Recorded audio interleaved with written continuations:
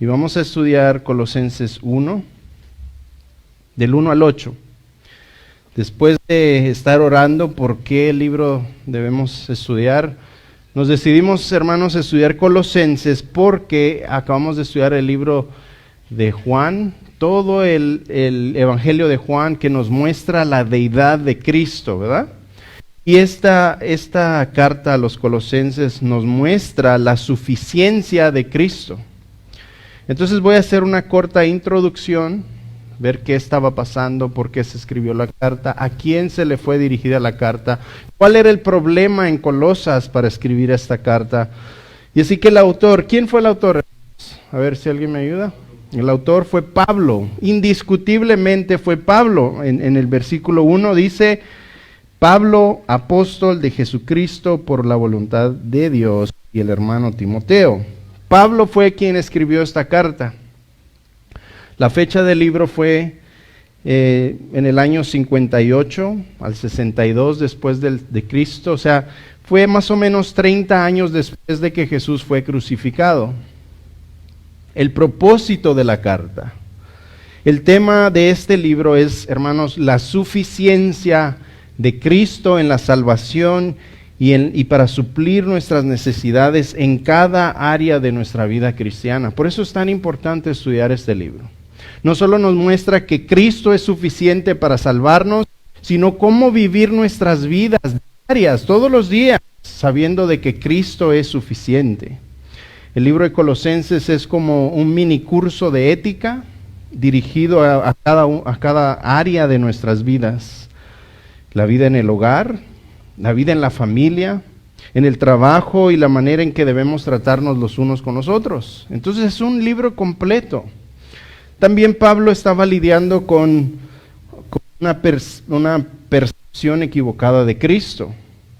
Su real, verdadera naturaleza humana y su deidad estaba siendo puesta en cuestión. Unos decían, él no pudo haber sido humano, porque entonces, o sea, ellos pensaban que la carne era pecado, y otros decían que él no podía ser deidad completa.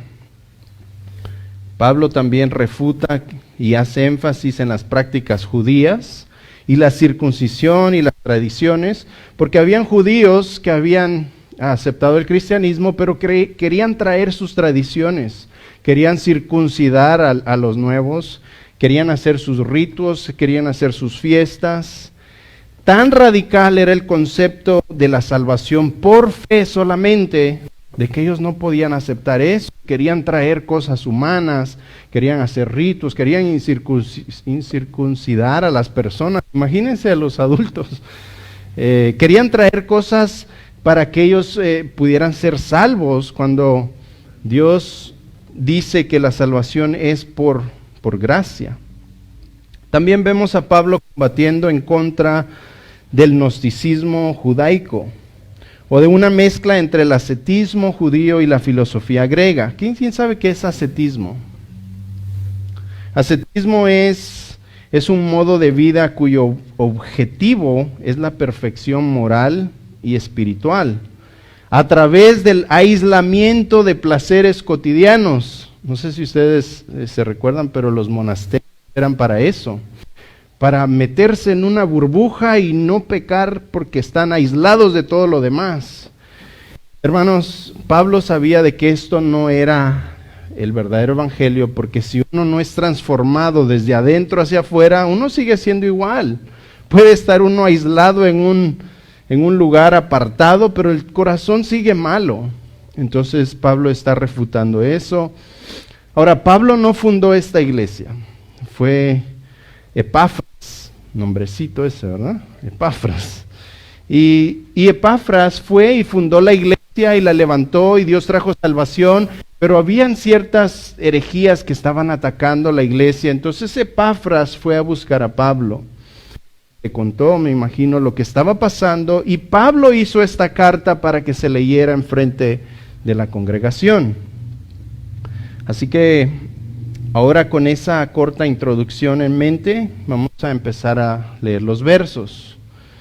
Primero vemos el saludo de Pablo, versículo 1. Y mire qué tan interesante que pudiéramos haber pasado toda esta enseñanza solo en el saludo. Mira lo que dice: Pablo, apóstol de Jesucristo por la voluntad de Dios, y el hermano Timoteo. Hermanos, ¿cuántos de ustedes han leído eso y no se han puesto a estudiar esas palabritas? Me pregunté a mí mismo, ¿será que hacemos una introducción más larga? Pero vale la pena, hermanos, como vamos a ver. Vi dos cosas que tenemos que saber en sus... Pablo se presenta como el apóstol de Jesucristo. Hermanos, este es un título limitado a los 12 discípulos de Jesús más Pablo. Apóstoles de Jesucristo. Apóstolos en el Nuevo Testamento regularmente se destacaba por ser un portavoz autorizado, uno vestido con el poder para servir y representar como alguien personal para hablar solo el mensaje de aquel que le envió. Hebreos 3:1 dice que Jesús, hermanos, fue un apóstol de Dios, al ser enviado a proclamar sus palabras solamente. No sé si ustedes recuerdan cómo Jesús caminaba y decía: yo no hablo lo que yo quiero hablar, yo no digo lo que yo digo, yo no hago lo que yo quiero hacer, yo solo hablo las palabras de mi Padre que me envió, yo solo hago lo que yo he visto hacer del Padre. Eso lo vemos en Juan 12:49. Hermanos, y así también, como estudiamos en Juan, Jesús envió a los suyos, a sus apóstoles al mundo, a predicar solo sus palabras, no las que ellos querían decir, no lo que ellos querían hablar, no el mensaje que ellos querían llevar, sino las palabras del que los envió.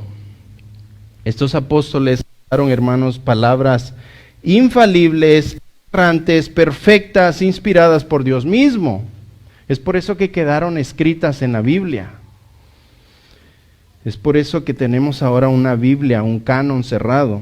Ahora bien, si alguien en nuestros tiempos, hermanos, se autonombra apóstol, debería de hablar con la misma autoridad con la que hablaron estos apóstoles de Jesús. Con la autoridad como que Dios realmente está hablando a través de ellos. Estos apóstoles deberían de hablar palabras inspiradas por Dios. Y si es así, entonces deben de estar en nuestras Biblias. Gente que dice ser apóstol y que tiene palabras del Señor, deberíamos añadir esas palabras a nuestras Biblias. El problema es que la Biblia, hermanos, está completa y que el canon de las Escrituras está cerrado. No hay más profecías de Dios, no hay nada que agregarle a la Biblia. La Biblia está completa, la Biblia está sellada, la Biblia no necesita nada más. Mientras el último apóstol Juan terminó el último libro de Apocalipsis, él escribió que nadie le quitare ni nadie le añadiere a este libro. Entonces podemos ver en Apocalipsis 22, 18 al 19, que el mismo Espíritu Santo cerró este libro, selló este libro. Además, para ser apóstol de Jesucristo, habían varios requisitos específicos que tenían que llenar, y hoy nadie podría llenar esos requisitos. Uno de ellos fue haber caminado con Jesús los 3 años de su ministerio. Otro era haberlo visto resucitado. Otro fue haberlo visto cuando se bautizó. Entonces, muchos requisitos que nadie podría llenar en este tiempo. También podemos considerar la historia y ver que ninguno de los padres de la iglesia se autonombró apóstol, y que por 1900 años, o sea, 19 siglos, nadie, hermano, no hubo apóstoles en la historia de la iglesia. Así que apóstoles de Jesús como los de la Biblia, hermanos, no existen hoy en día. Pablo no fue un simple mensajero, él fue un apóstol llamado por Jesucristo mismo. Pablo fue un representante del Salvador ungido, como su portavoz. Es como si Cristo mismo hablara a través de él. Entonces, Lo que Pablo escribió, hermanos, en esta carta no fue su mera opinión, no fue lo que él quería decirle a los colosenses, no fue lo que él sentía decirles, era palabra autoritativa de Dios. Y eso es lo que tenemos en este libro. Segundo, Pablo dice que él es apóstol de Cristo. Escucha, esto es bien interesante. ¿Cómo dice? Por voluntad de Dios. Ahora, ¿qué quiere decir eso? Hermanos, basado en las mismas palabras de Pablo, él dice que él es apóstol de Cristo por voluntad de Dios, no de él mismo. Pablo fue convertido, transformado, regenerado y hecho apóstol de Cristo, no por su propia decisión, no por su propia voluntad, sino por la voluntad de Dios. Es más, Pablo fue convertido en contra de su voluntad. ¿Qué iba a hacer él cuando Jesús lo transformó? ¿Alguien sabe? Hechos 9. ¿Qué andaba haciendo Pablo? ¿Persiguiendo a quién? A los cristianos, a la iglesia misma. Entonces, Pablo fue convertido en contra de su voluntad rebelde, ya que él tenía deseo de eliminar a los cristianos.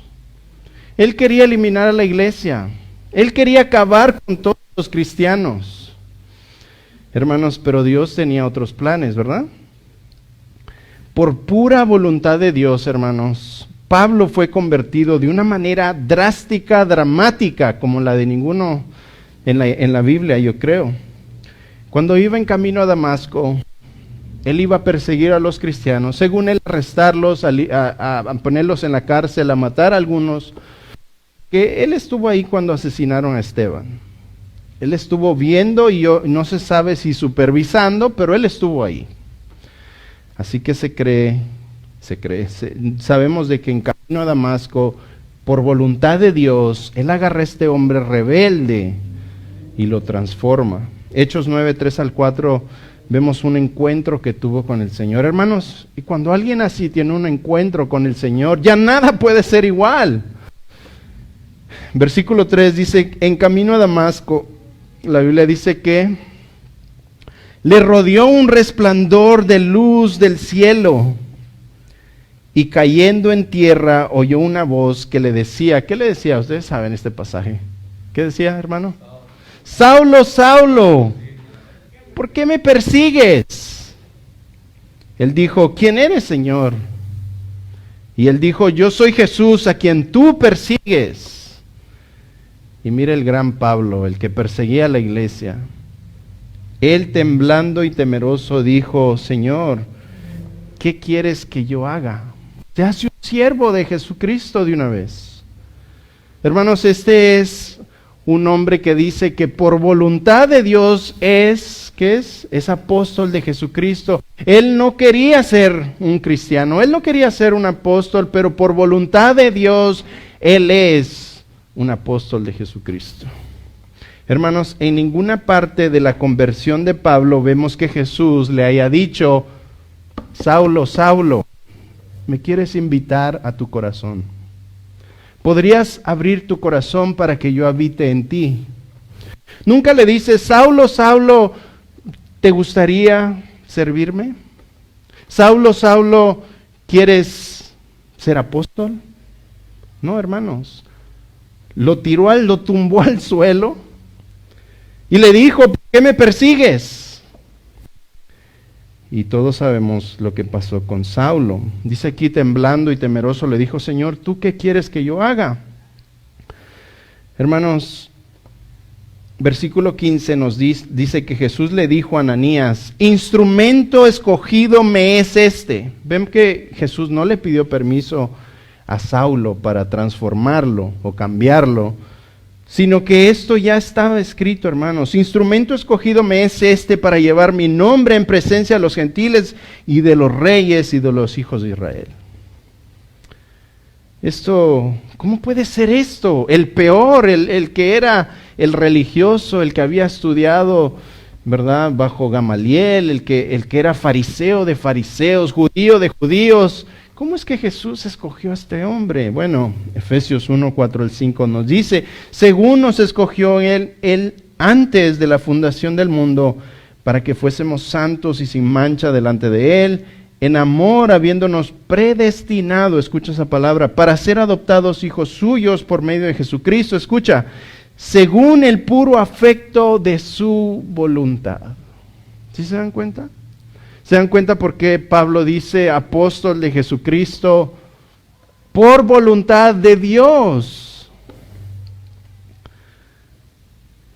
Hermanos, acabo de hablar de los apóstoles. Mi hermano Pastor Sergio tiene un video que profundiza más en eso y lo acabo de ver, creo que lo subiste hoy o hace un día, no sé qué día.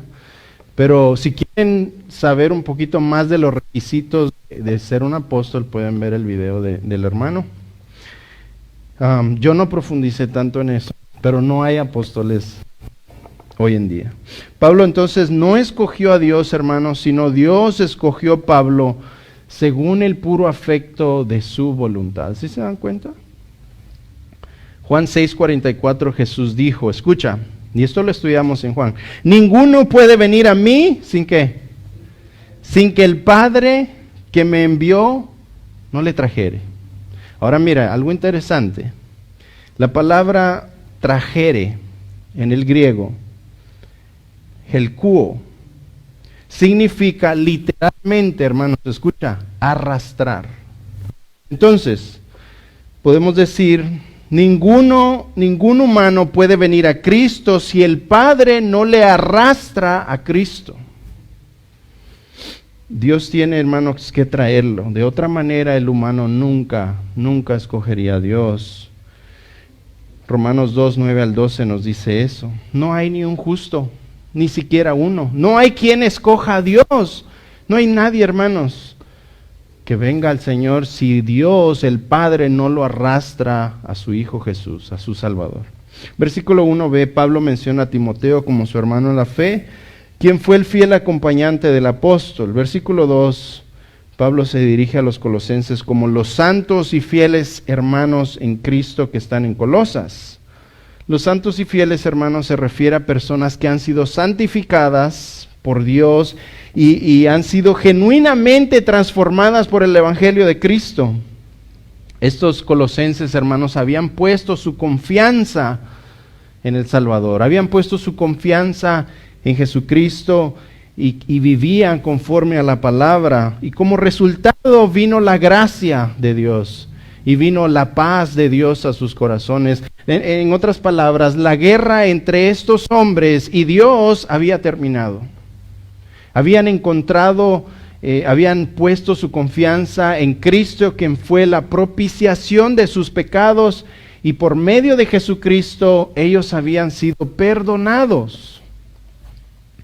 Estas personas, hermanos, entonces habían recibido gracia inmerecida, de la cual habla Efesios 2, 8 al 9, porque por gracia sois salvos, escucha, por medio de la fe, y esto no de vosotros, pues es un regalo de Dios, no por obras, para que nadie se gloríe. Hermanos, nadie va a llegar al cielo por ser bueno, nadie va a llegar al cielo por dar limosna, nadie va a llegar al cielo por venir a la iglesia, servir en la iglesia, aplaudir, cantar.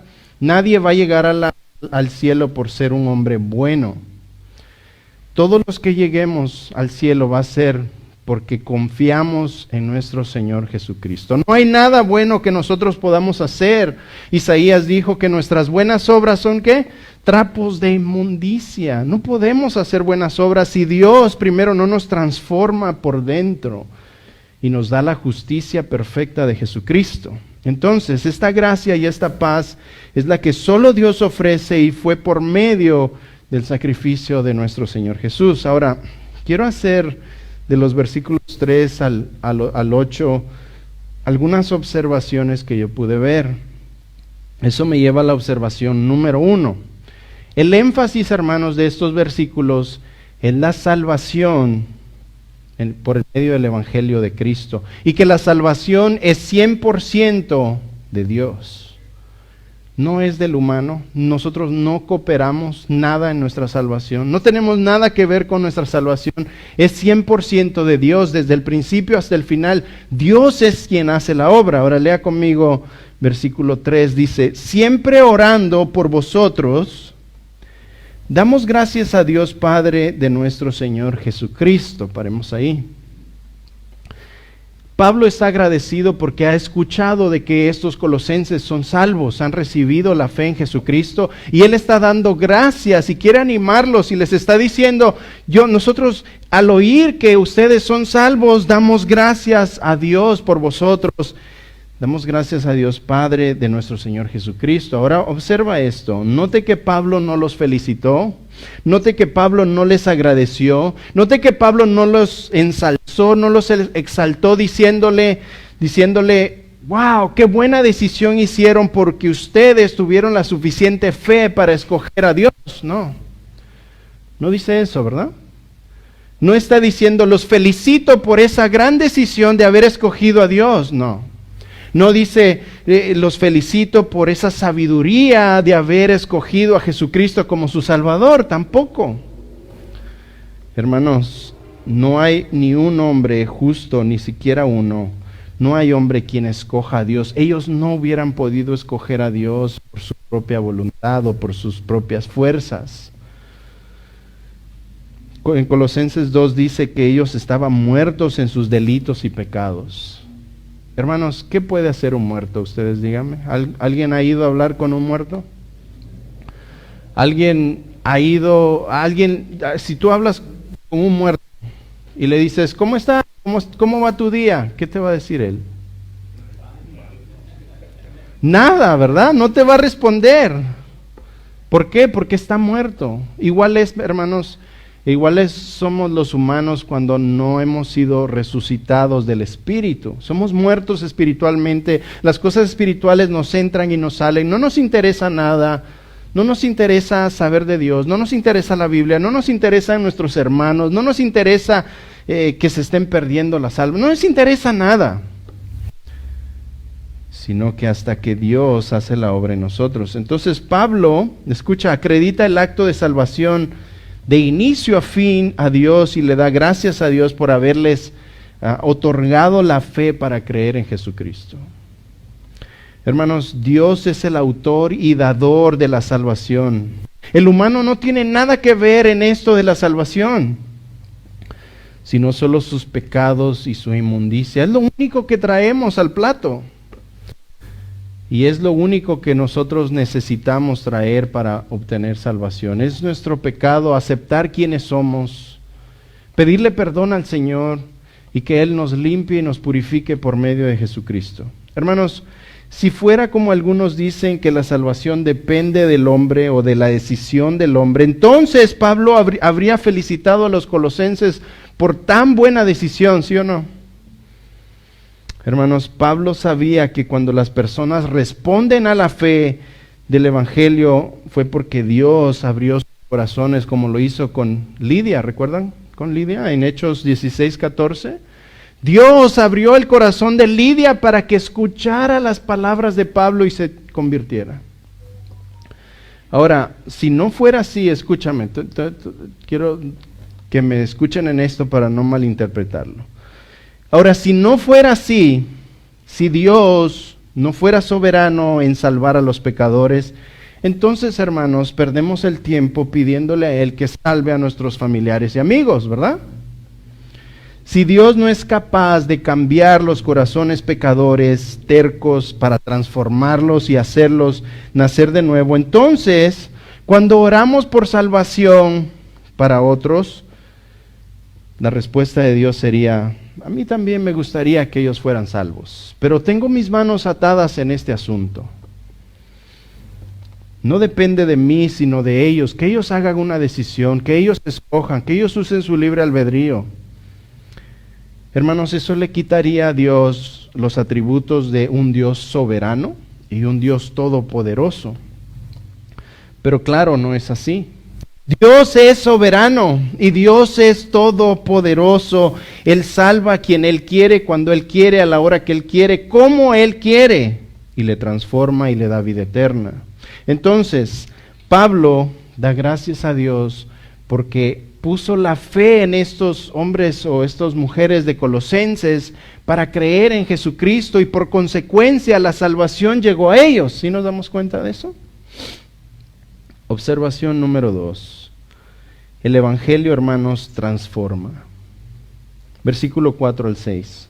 Habiendo oído de vuestra fe, por eso es que está dando gracias Pablo, porque habiendo oído de vuestra fe en Cristo Jesús, escucha, y del amor que tenéis a todos los santos, a causa de la esperanza que os está guardada en los cielos. Ahora, aquí vamos a ver varios factores importantes acerca del glorioso evangelio y quiero que lo veamos uno por uno.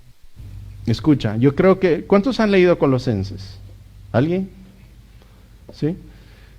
Hermanos, cuando empezamos a escudriñar las palabras y a darle vuelta a todas las piedras y a escudriñar y a ver más profundo, empezamos a ver cuán glorioso es el evangelio de Jesucristo. Y eso es lo que me pasó a mí esta semana estudiando estos 8 versículos. Hermanos, primero quiero que vean que el evangelio produce fe en Jesucristo. Versículo 4. La palabra griega fe es pistis. Significa ser persuadido. Escucha, ser persuadido a algo que es verdad y poner su confianza totalmente en eso. O sea, nosotros cuando recibimos fe, se nos da fe para creer en Jesucristo y poner toda nuestra confianza en Él y solamente Él. No en Él y algo más. Solamente en Él, hermanos. También se deriva de la palabra peito, que significa obediencia. O sea que con la fe tiene que venir la obediencia. Van de la mano, no se puede despegar una de la otra. Si tú tienes fe en Jesucristo, verdadera fe, fe salvífica, fe de la Biblia, tú entonces vas a tener obediencia para hacer caso a lo que la Biblia nos dice que hagamos. La fe en obediencia no es verdadera fe. La fe nos lleva a obedecer. La fe que nos lleva a obedecer es fe salvífica, es la fe de la Biblia, es la fe verdadera. Hermanos, los demonios tienen fe. Tienen fe porque vemos a un demonio que corre a los pies de Jesús y le dice, yo sé quién eres tú eres el Hijo de Dios. Pero no tiene fe para obedecer al Hijo de Dios. Entonces hay fe, pero hay fe salvífica, hay fe que trae obediencia y por eso podemos obedecer a Dios. Así que la Biblia, hermanos, no es creer en algo místico o dar un salto a la oscuridad y ¡ay, me tiro y a ver quién me agarra! No. Cuando nosotros ponemos la fe en Jesucristo, es totalmente basada en evidencias, escucha, irrefutables y testimonios de personas a través de la historia que vivieron esto. La fe nos da la certeza de cosas que nosotros no vimos personalmente. A ver, dime tú, ¿viste a Jesús crucificado? ¿Viste a Jesús levantado de los muertos? No. Han pasado 2000 años, hermanos, y nosotros no estuvimos ahí físicamente, pero creemos. ¿Por qué? Porque quedó escrito en estas páginas de la Biblia. Así que Hebreos 11:1 dice, es pues la certeza de lo que se ve, lo que se espera, convicción de lo que no se ve. Nosotros creemos, hermanos, creemos porque leemos, creemos porque creemos en este libro. Creemos porque personas reales caminaron con Jesús, personas reales vieron lo que Él hizo, personas reales escribieron este libro y personas reales nos dejaron este testimonio para que nosotros creyéramos 2000 años después. Hermanos, en varias ocasiones me ha tocado subirme a un avión. ¿Cuántos de ustedes se han subido a un avión? ¿Ustedes saben cómo los ingenieros diseñaron las partes y las pusieron juntas para que ese avión funcionara? No, ¿verdad? ¿Alguno de nosotros conoce las reglas de la aerodinámica o cómo ese gran pájaro de acero, ¿verdad?, se mantiene en el aire? Hermanos, yo me subo a un avión porque confío que estos ingenieros sabían lo que estaban haciendo. Y confío porque estos ingenieros de aviación sabían las reglas de la aerodinámica y diseñaron algo que se iba a mantener en el aire seguro. Yo me subo a un avión porque veo que hay menos accidentes de avión que de carro. Me subo a un avión porque sé que es seguro. Hermanos, es igual con la Biblia. Nosotros confiamos en la Biblia porque sabemos que es segura, hermanos. La Biblia es igual, la fe en Cristo es una serie de evidencias irrefutables. Por ejemplo, en la historia podemos encontrar, en la historia humana podemos encontrar todos los eventos que están en la Biblia. Podemos tener evidencias acerca de cuándo pasó lo que pasó, cuándo crucificaron a Jesús, cuándo resucitó Jesús. Podemos tener evidencias irrefutables de que esto sí o sí sucedió. ¿Me explico? También lo vemos en la filosofía, en la literatura, en la geografía. Hermanos, el Corán no es un libro inspirado y entonces tiene errores. El Corán no te describe, por ejemplo, lugares donde pasaron ciertas cosas de la historia. ¿Por qué? Porque no se puede probar. El Corán no te describe políticos o gobernantes de ciertas tierras porque no pueden comprobar, pero nosotros sí, hermanos, tenemos evidencias geográficas, evidencias testimoniales de gente real que vivió. Podemos ver la historia de Egipto y ahí aparece lo que pasó en la Biblia. Entonces podemos tener evidencias irrefutables de que todo lo que creemos es porque pasó en la historia. ¿Sí me explico? La verdadera fe, hermanos, la fe salvífica, la fe de la Biblia es definida por dos aspectos principales: arrepentimiento y obediencia. Escucha, no podemos seguir a Jesús si no nos arrepentimos. Si no hay arrepentimiento, hermano, no hay salvación. Y si no hay obediencia, no hay fe verdadera. 1 Tesalonicenses 9 dice que el arrepentimiento conduce a repudiar y odiar el pecado que un día amábamos, porque ahora entendemos que ofende a Dios. La palabra arrepentimiento es metanoia y tipifica un cambio de propósito y de específico darle la espalda al pecado. Hermanos, desde que tú tuviste fe verdadera, tú ya no querías hacer lo que hacías antes, ¿verdad? ¿A quién le ha pasado? A mí antes me gustaban hacer muchas cosas en el mundial, decían por ahí, pero yo sé ahora que ofenden a Dios y ya no las hago. Eso, hermanos, fue un cambio de mente, un cambio de espíritu, un cambio de alma, un cambio que ocurrió dentro de mí para que eso suceda, porque de otra manera, hermanos, si no cambia la naturaleza de las personas, tendemos a regresar. La Biblia lo describe como un perro que regresa a su vómito. Me gusta lo que dice Paul Washer cuando dice: agarra un cerdito bien enlodado, tráelo, báñalo, perfúmalo, déjalo así rosadito, bien bonito, y luego suéltalo. Y dime qué hace. Corre de regreso al lodo a revolcarse. ¿Por qué? Porque su naturaleza no ha cambiado. Cambió lo que vemos de afuera, se ve diferente, se ve bonito, pero el interior todavía no ha sido transformado. Entonces, metanoia es cambiar nuestra manera de pensar, decirle no al pecado, darle la espalda al pecado y repudiar, hermanos, lo que antes amábamos hacer. Un comentarista dice que la verdadera fe se caracteriza de tres maneras. Escucha, y quiero que tú te hagas este examen ahorita. Esto caracteriza verdadera fe. La búsqueda intensa por Dios. Hazte ese examen. Yo no conozco tu vida, yo no sé qué haces en tu vida privada, yo no sé cuántas horas pasas orando o escudriñando la Biblia, pero hazte esta pregunta: ¿cuánto yo paso intensamente buscando a Dios? Ya sea en un sermón, ya sea en la Biblia, ya sea en oración, ya sea leyendo algo, buscando de Dios, que tu mente esté saturada de Dios, de los dichos de Dios, de los pensamientos de Dios, de los salmos de Dios, de los himnos de Dios. ¿Cuánto tiempo pasaste esta semana escudriñando, buscando intensamente conocer más la mente de Dios? Eso caracteriza una fe verdadera. La segunda cosa es alejarse del mal, darle la espalda al pecado, ya no ser atraído por esas, o bueno, tal vez sí eres atraído, pero ya no lo haces. Yo recuerdo, yo fumé por 12 años, cigarros, no me vean así tan mal. Yo fumaba cigarros y de repente dejé de fumar de la nada, pero de repente miraba ahí a alguien fumando y como que el humito venía así y me hacía así. Y yo olía y dan ganas de ir a encender un cigarro, pero ya no lo hacía, hermanos, porque yo sabía que era mal para mí y que ofendía a Dios también. Entonces, la segunda prueba de fe verdadera es alejarse del mal.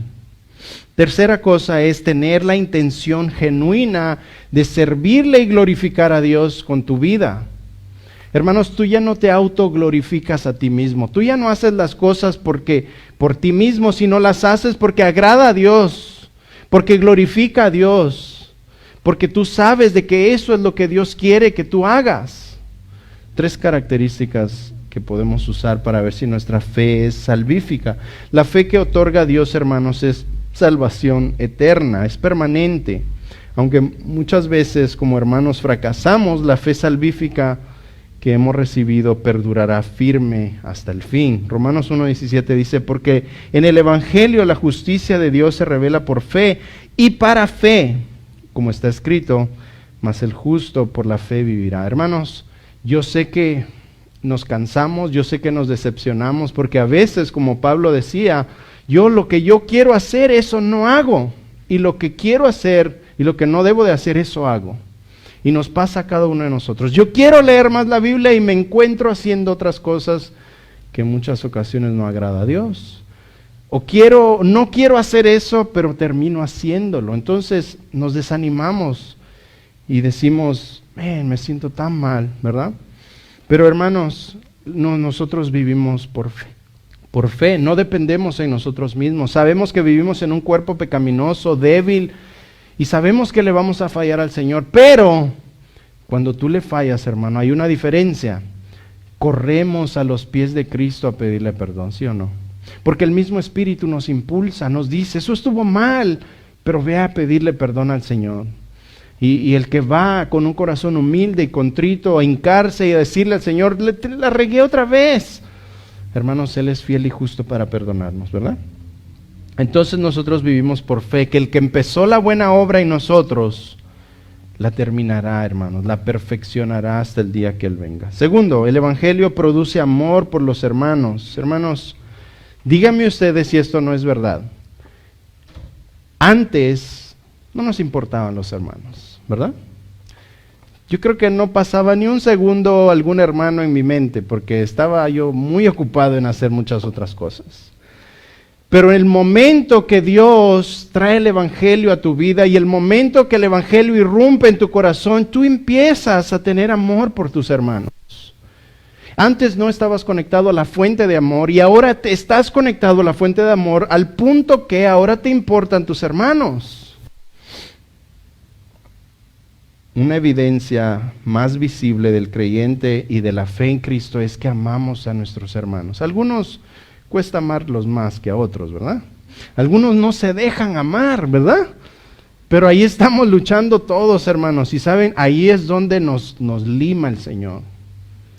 Señor, pero tú sabes cómo es fulanito. Ámalo. Señor, pero ya viste lo que me hizo.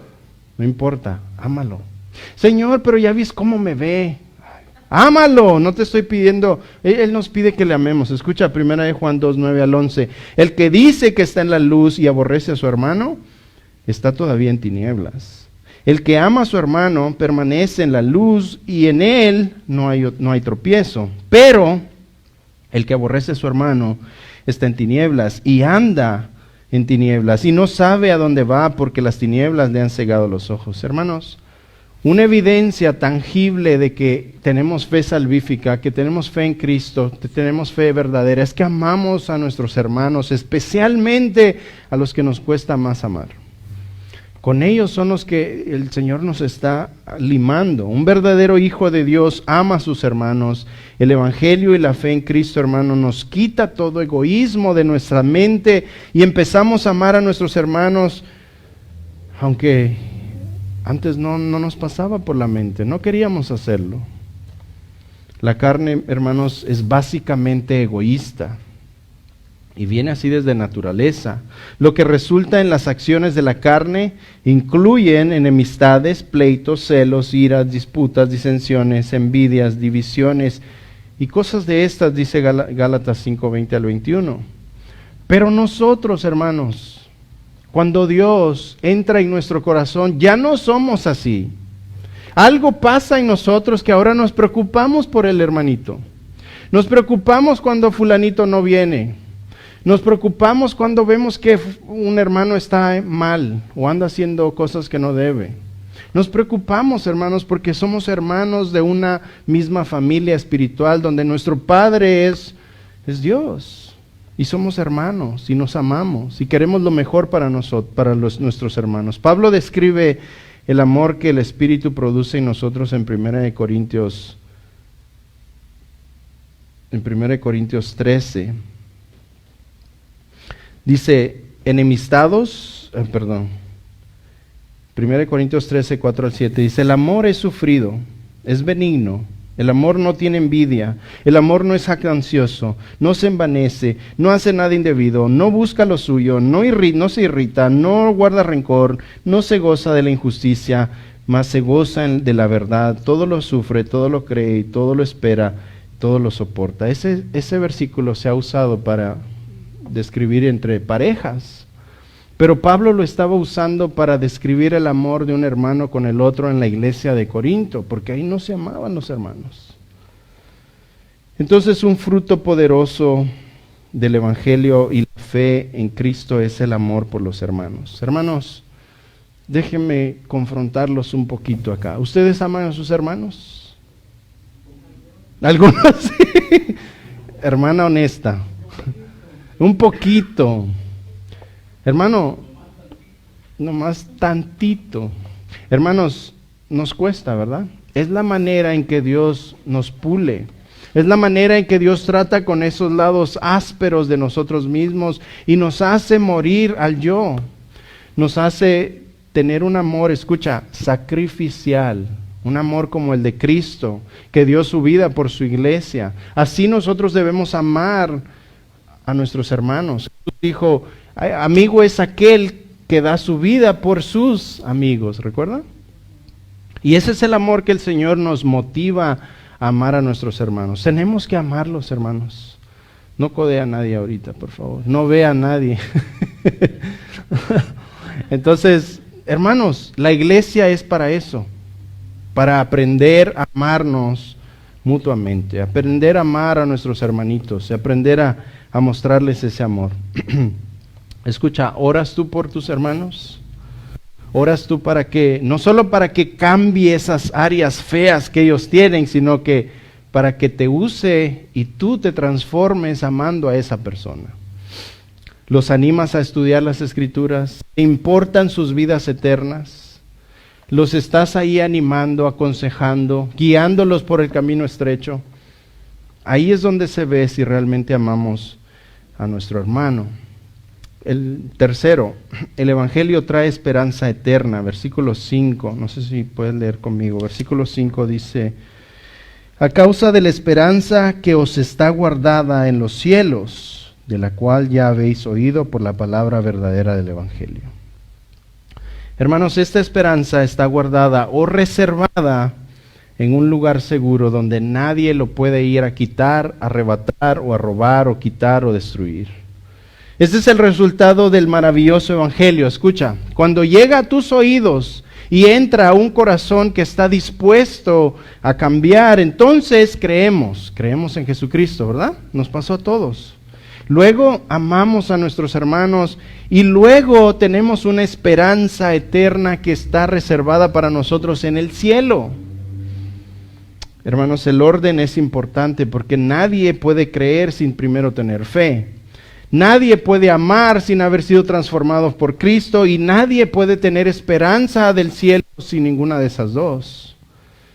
Entonces, Pablo le dice a los colosenses, la fuente de tu esperanza ya ha sido establecida, guardada y reservada en el cielo. Hermanos, quiero que sepan esto, porque muchos de nosotros al vivir en este mundo, somos agotados porque somos bombardeados por ansiedad, malas noticias, cosas que vemos allá afuera, incendios.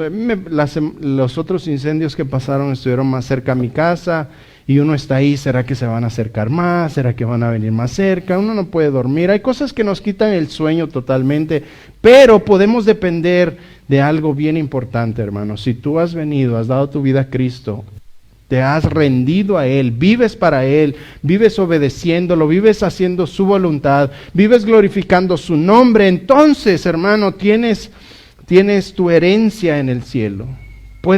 Tienes tu esperanza de que cualquier cosa que pase en este mundo, hay algo más grande que te espera en los cielos. Hay algo que está reservado para ti. El Señor les dijo a los discípulos, yo me tengo que ir, pero me voy a ir y voy a hacer moradas, cuartos, casas para ustedes. Voy a venir por ustedes y donde yo esté, ustedes también van a estar. Hermanos, tenemos una reservación ahí arriba.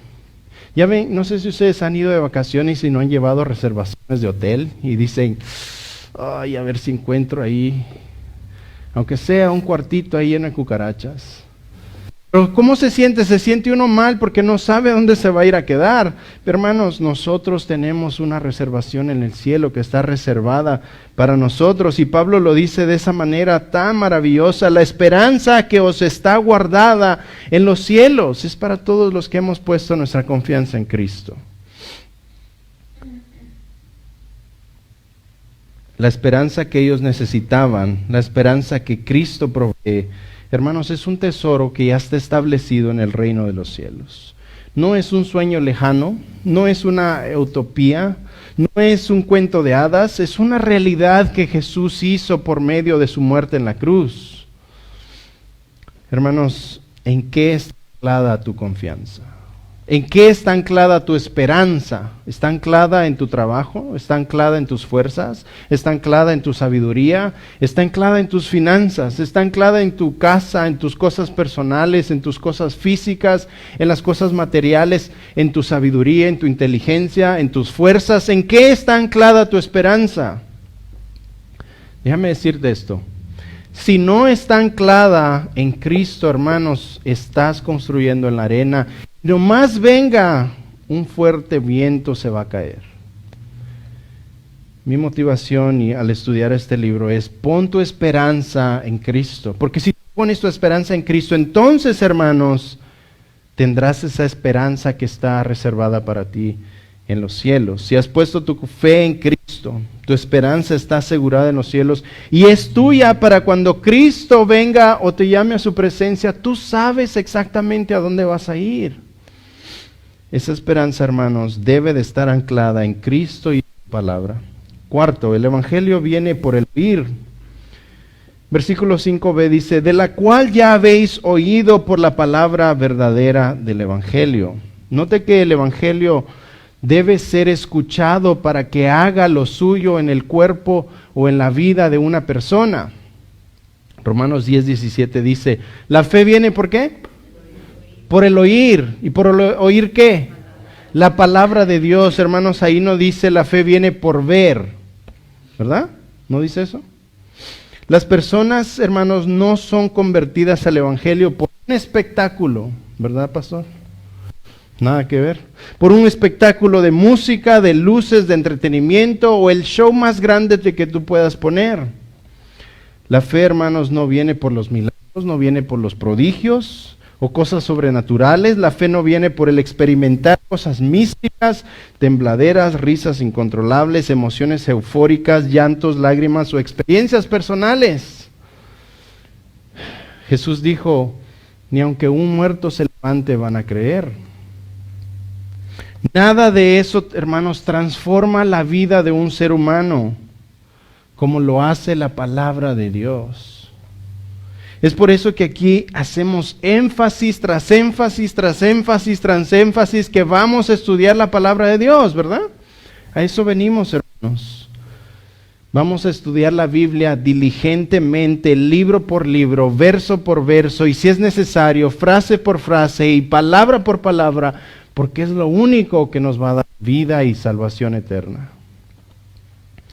Hermanos, tú necesitas ser expuesto a la verdadera predicación expositiva del Evangelio de Dios para ser transformado. Hermanos, y es el deseo de nuestro corazón. Yo no vengo acá a tratar de gastarles el tiempo, a que pasemos un buen tiempo social, a que solo vengamos y chateemos o hablemos o tomemos café. Yo quiero que ustedes, hermanos, escuchen la palabra de Dios para que penetre en sus oídos y caiga en sus corazones, y si es la voluntad de Dios, transforme sus vidas. Ese es el motivo por el cual estamos aquí. No hay otra motivación más. Hermanos, por más de 20 años yo estuve expuesto a predicaciones diluidas, superficiales y fuera de contexto, que no hicieron nada en mi vida. Solo me trajeron emoción y una falsa noción de mi salvación. No crecí, no aprendí, me quedé bebé. ¿Por qué? Porque no estaba siendo lleno de la palabra de Dios, la verdadera palabra de Dios. Y eso me lleva a mi próximo punto. Quinto punto, el Evangelio transforma. Escucha, solo al oír la palabra verdadera. Versículo 5b, lee conmigo. Dice, a causa de la esperanza que está en los cielos, de la cual ya habéis oído por la palabra, escucha, verdadera del Evangelio. Hermanos, podemos escuchar sermones diluidos toda nuestra vida y no va a ser nada en nuestros corazones. Podemos escuchar sermones todos los días, y si esos sermones no son la palabra verdadera del Evangelio, esos sermones no traerán fe verdadera. La fe salvífica, la fe que transforma al pecador. Hoy en día es común escuchar sermones diluidos, egocéntricos, humanistas, motivadores, con mucha autoestima, emotivos, místicos, llenos de emocionalismo y con cero contenido bíblico. Eso no transforma, hermanos, solo emociona. Ahora, la pregunta aquí es, porque ya veo cómo me están viendo, ¿cómo sabemos cuándo un sermón es bíblico? Te voy a dar unos ejemplos. El sermón bíblico está centrado en Dios y no en el hombre. Esa es una bandera roja. El sermón bíblico está enfocado en la regeneración y no solo en tu autorrealización. El sermón bíblico destruye el ego del hombre y no solo lo alimenta. El sermón bíblico trae convicción al pecador y no solo emoción. Hermanos, el sermón bíblico le muestra al pecador lo débil que es y cómo él necesita a Jesús como su Salvador, y no solo le emociona diciéndole cosas bonitas como lo grande que es, lo victorioso que es, lo triunfador que es. El sermón bíblico le exhorta a buscar lo espiritual y no lo material. El sermón bíblico le encamina a la salvación y no solo al éxito terrenal. Hermanos, los colosenses no habían recibido una filosofía más, o una religión más, o una ideología más. Ellos habían recibido la verdadera palabra del Evangelio de Cristo, que les dio fe para creer en Jesucristo. Sexto, ya voy aterrizando. El Evangelio es para todo el mundo. Versículo 6 dice, que ha llegado hasta vosotros así como a todo el mundo. Hermanos, así como el Evangelio llegó a los de Colosas, así también le ha dado la vuelta al mundo entero, transformando a almas a través de la historia en todos los lugares, en todos los países, en todas las naciones, a través de los siglos. Todos tienen que saber, hermanos, que hay un Salvador y que su nombre es Jesucristo. Lo que Jesús les dijo a sus discípulos fue: id y predicad a todo el mundo. Mateo 24:14 dice, Jesús les dijo, y este evangelio, escucha, del reino se predicará en todo el mundo como testimonio a todas las naciones, y entonces vendrá el fin. Hermanos, el evangelio de Dios tiene que darle vuelta al mundo. El nombre o la brand, ¿cómo se dice? La marca más conocida en todo el mundo, ¿alguien sabe cuál es? ¿Ah? Coca-Cola.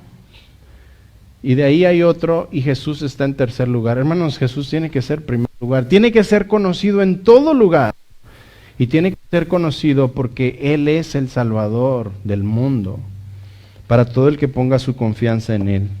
Hermanos, todo el mundo tiene que ser testigo del Evangelio de Cristo. Y aunque es Dios quien decide últimamente a quién trae o arrastra a su Hijo para salvación, nuestra tarea es predicarle a todo el mundo, ir a todos los lugares, a todas las esquinas, a todos los países, a todas las aldeas, y predicar el glorioso Evangelio de Cristo, y que solo en Él, solo en el nombre de Jesús está la salvación, ¿verdad? Nadie, hermanos, sabe a quién, nadie sabe quiénes serán salvos, nadie sabe quiénes Dios predestinó para salvación, así que nosotros debemos predicarle a todo el mundo y dejar que Dios salve a quien Él quiere salvar. Séptimo, el Evangelio, hermanos, provoca frutos espirituales. Versículo 7 y 8 dice, y lleva fruto y crece también en vosotros desde el día que oíste y conocisteis la gracia de Dios en verdad. Hermanos, el Evangelio no es un sistema de filosofías huecas, de ética, de moralidad.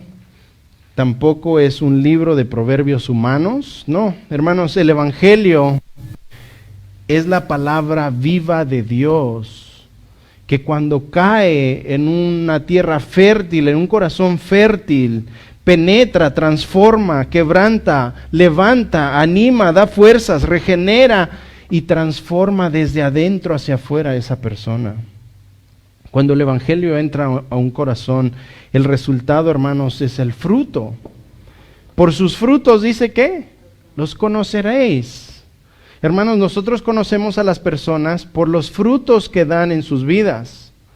Imagínate a alguien que venga, un árbol de manzano que venga todo seco y me diga, yo soy un árbol de manzano, pero no veo fruto en él. Es igual con los cristianos, hermanos. Decimos, somos cristianos, pero no hay frutos de que hemos sido regenerados y transformados por el poder del Espíritu Santo o por el poder del Evangelio. No hay frutos. Las personas que dicen ser cristianos siguen viviendo en sus vidas antiguas y no hay frutos de una regeneración espiritual, hermanos. No han sido transformados. Son cristianos de labios nada más. El Evangelio, hermanos, posee energía divina al hombre y se expande como una semilla de mostaza que crece como un gigante árbol. Eso dice Mateo 13. Ese es el Evangelio que predicamos, un Evangelio vivo, no es un libro que está ahí. La palabra de Dios, hermanos, es viva y eficaz y penetra lo más profundo de nuestro ser y ahí empieza a cambiarnos desde adentro hacia afuera. Y empieza a darnos, a transformarnos, a limar esas áreas feas y difíciles y de repente empezamos a dar frutos por afuera. El mal carácter que teníamos se va. Los hábitos que teníamos empiezan a desaparecer. Y empezamos a dar frutos del Espíritu. Amamos al prójimo, amamos a nuestra esposa, amamos a nuestros hijos, amamos venir a la iglesia. Empezamos a dar frutos, los frutos del Espíritu, amor, paz, benignidad, y empezamos a ver a las personas transformadas literalmente. Ese es el poder de la regeneración. Último punto, ya con este acabo. El Evangelio debe ser, hermanos, predicado por las personas. Versículos 7 y 8. Como lo habéis aprendido de Epafras, nuestro consiervo amado, que es un fiel ministro de Cristo para vosotros, quien también os ha declarado vuestro amor en el Espíritu. Hermanos, aunque la salvación es solo por gracia de Dios, Él usa humanos para llevar el mensaje a todo lugar. Él usa personas para que prediquemos el Evangelio a otras personas. Romanos 10:14 lo ilustra así. ¿Cómo pues invocarán a aquel en el cual no han creído? ¿Y cómo creerán en aquel de quien no han oído? ¿Y cómo irán sin haber quien les predique? ¿Y cómo predicarán si no fueren enviados? Hermanos, este hermano Epafras fue quien conoció a Pablo, escuchó el Evangelio, Y luego regresó a su pueblo, a su pequeña ciudad de Colosas, y les predicó a sus hermanos, a su familia, a sus vecinos, el poderoso evangelio de Jesucristo. Y ellos creyeron, y él plantó una iglesia, y estos colosenses habían tenido fe. Dios les dio la fe para creer en Jesucristo.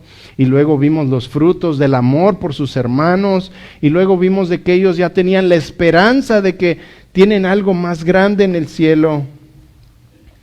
Y todo eso sucedió porque un hombre fue y predicó a su ciudad.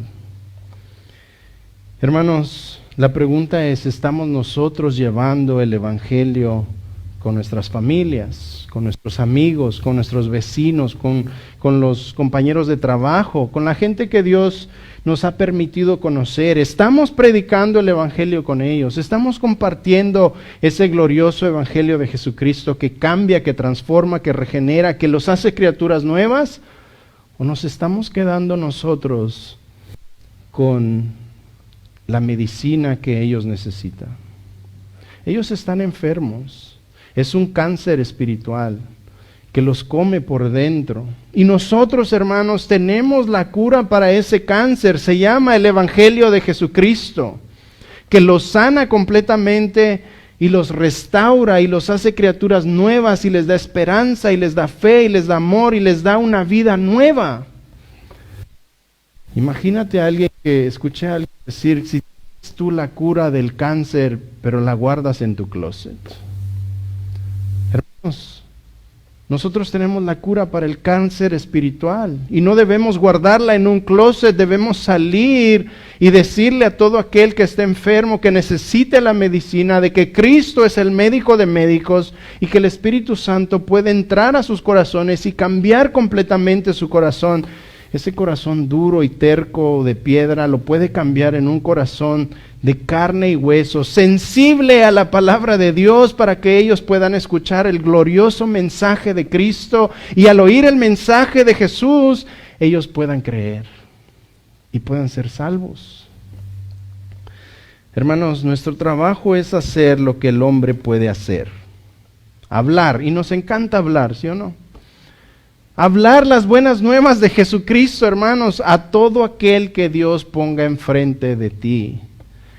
No hay excusas, hermanos. ¿Qué? ¿Me van a decir que no? Pues que te digan que no, pero tú hiciste tu trabajo. Ay, pero me da vergüenza, hermano. El que se avergüenza del evangelio, el que se avergüenza de Cristo, Cristo dice que se avergüenza de su Padre. ¿Qué es lo que nos detiene a hablar de Cristo? ¿Vergüenza? ¿Qué nos detiene? Nuestro trabajo, hermanos, es compartir el glorioso evangelio, porque es el mejor mensaje de esta tierra. Es el mejor mensaje para el humano. Es el mejor mensaje para el oído de aquel que Dios va a abrir su corazón para aceptar a Cristo. Vamos a compartir el evangelio con otros, y Dios, que se encargue de hacer lo que solo Dios hace, abrir el corazón de esa persona y darle salvación. Nuestro trabajo no es salvar al mundo. Nuestro trabajo no es convencer a las personas. No, nuestro trabajo es predicar el verdadero evangelio y hacernos a un lado para que el Espíritu Santo haga su trabajo. Hermanos, como dijo Pablo, cuán hermosos son los pies de los que anuncian la paz, de los que anuncian las buenas nuevas. Vamos a orar.